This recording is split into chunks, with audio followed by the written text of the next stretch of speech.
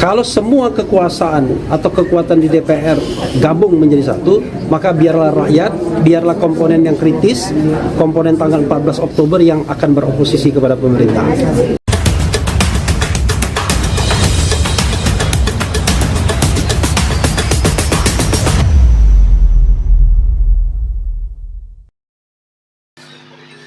Halo sahabat-sahabat perubahan, Assalamualaikum warahmatullahi wabarakatuh. Sehat selalu, sehat yang manfaat, barokah, lahir dan batin, dan semoga selalu dimudahkan rezekinya oleh Allah Subhanahu wa Ta'ala. Amin ya Rabbal Alamin. Sahabat perubahan, salah satu tokoh perubahan yang juga seorang pakar HTN atau hukum tata negara, yaitu Bang Refli Harun, adalah salah satu tokoh yang saya anggap selalu konsisten di barisan perubahan dan terkhusus di barisan oposisi.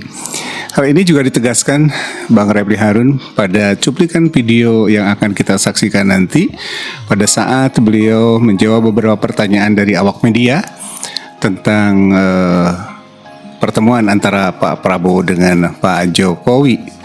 Nah, sahabat-sahabat perubahan, pada kali ini kita akan saksikan cuplikan videonya. Tapi sebelumnya, jangan lupa untuk subscribe, like, komen, dan share video ini agar channel ini, HS Channel, salah satu channel gerakan perubahan Indonesia, selalu bisa terus berkembang. Amin ya Rabbal Alamin. Sahabat-sahabat, juga menjelang deklarasi Partai Perubahan, insya Allah juga kami akan berusaha untuk bisa mengundang Bang Refli Harun untuk bisa hadir dalam acara deklarasi nanti yang tinggal menunggu hari. Oke, tanpa berlama-lama, selamat menyaksikan cuplikan video Bang Refli Harun menyampaikan atau menjawab beberapa pertanyaan dari awak media bahwa beroposisi itu berat. Biar Bang Refli Harun dan kawan-kawan saja. Selamat menyaksikan. Ini kan semalam, Kenapa? semalam ini kan Pak Prabowo dan Pak Jokowi itu makan malam bersama. Sedangkan sebentar lagi ada agenda pelantikan presiden dan wakil presiden terpilih.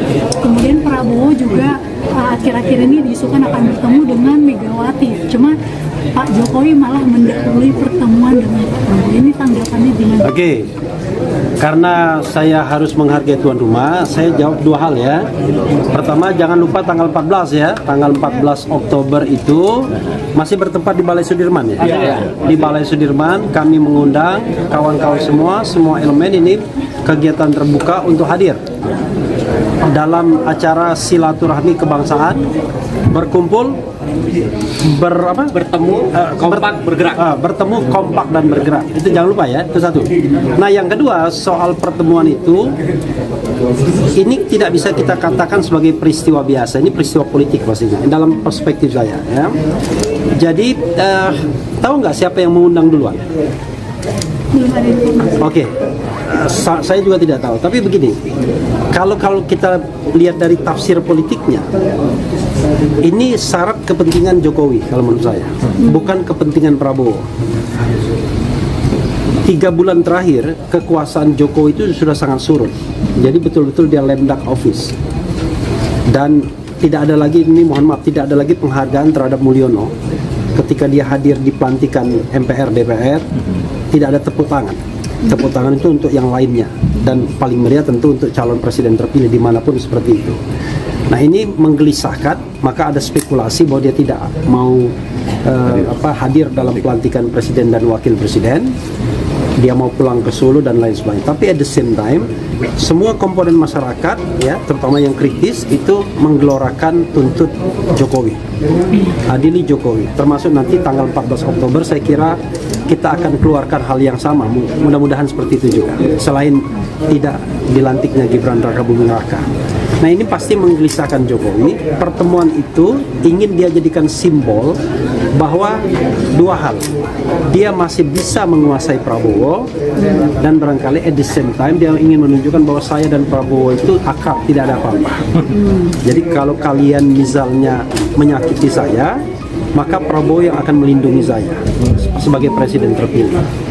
Itu yang saya kira kesan yang ingin ditampilkannya ke publik.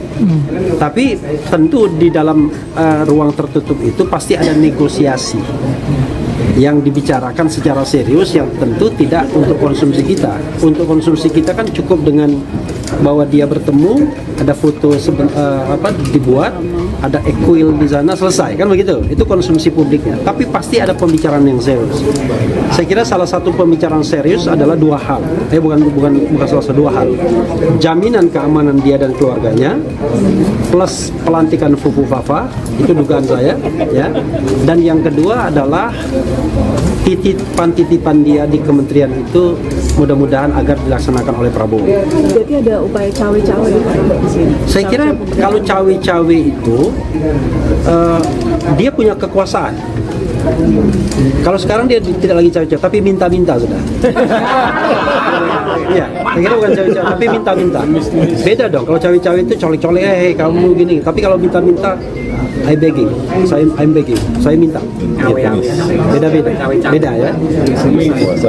Oke, apalagi cukup. Pak, kan ada isu kalau PD itu ada rencana gabung ke pemerintahan Prabowo. Apakah ini juga salah satu upaya Pak Jokowi untuk tidak memutus? Jadi kalau kita kelompok tanggal 14 Oktober itu kelompok yang tidak galau dengan PDIP mau gabung atau tidak dalam pemerintahan. Kalau PDIP tidak gabung dengan pemerintahan, alhamdulillah. Tapi kalau gabung dengan pemerintahan, artinya tugas kita untuk menjadi oposisi. Dan ruang oposisi itu lebar sekali. Makanya saya katakan, selamat datang Liberté di sana, ya.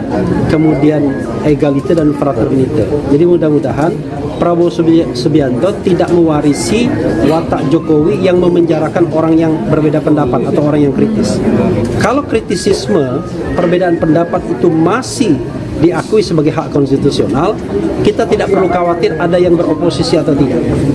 Kalau semua kekuasaan atau kekuatan di DPR gabung menjadi satu, maka biarlah rakyat, biarlah komponen yang kritis, komponen tanggal 14 Oktober yang akan beroposisi kepada pemerintah. Dan kita tidak galau untuk itu. Oke. Merdeka!